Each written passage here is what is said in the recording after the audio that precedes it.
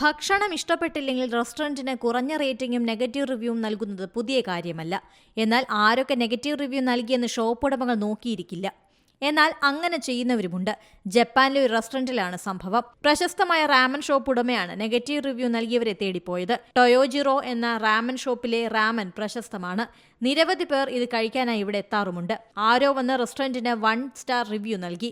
അതോടെയാണ് പ്രശ്നങ്ങൾ തുടങ്ങുന്നത്. റിവ്യൂ കുറച്ചു നൽകിയത് ഉടമയ്ക്ക് തീരെ പിടിച്ചില്ല. സോഷ്യൽ മീഡിയയിൽ അദ്ദേഹം നിരാശ പങ്കുവച്ചു. പോസ്റ്റ് വളരെ പെട്ടെന്ന് തന്നെ ശ്രദ്ധ നേടി. നെഗറ്റീവ് റിവ്യൂ നൽകിയിരിക്കുന്ന 2 പേരെ കണ്ടെത്താൻ സഹായിക്കണമെന്നായിരുന്നു ഷോപ്പ് ഉടമയുടെ ആവശ്യം. അങ്ങനെ കണ്ടെത്തി നൽകുന്നവർക്ക് പ്രതിഫലവും വാഗ്ദാനം ചെയ്തു. ഇവരെ കണ്ടെത്തി നൽകുന്നവർക്ക് 57,000 രൂപയാണ് പ്രതിഫലമായി ഓഫർ ചെയ്യുന്നത്. ഇതോടെ വലിയ വിമർശനമാണ് കടയുടമയ്ക്കെതിരെ ഉയർന്നത്. ഭീഷണി സ്വരത്തിലായിരുന്നു ഉടമ പോസ്റ്റ് ഇട്ടത്. നെഗറ്റീവ് റിവ്യൂ നൽകിയ 2 പേരുടെ ചിത്രങ്ങളും പങ്കുവച്ചു.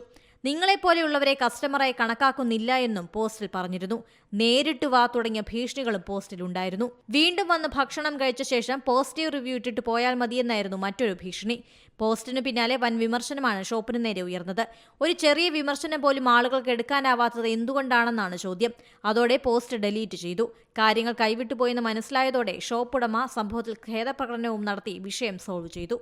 ഏറ്റവും പുതിയ വാർത്തകളും വിശേഷങ്ങളും വിരൽത്തുമ്പിലറിയാൻ സീ മലയാളം ന്യൂസ് എല്ലാ ഡിജിറ്റൽ പ്ലാറ്റ്ഫോമുകളിലും ലഭ്യം.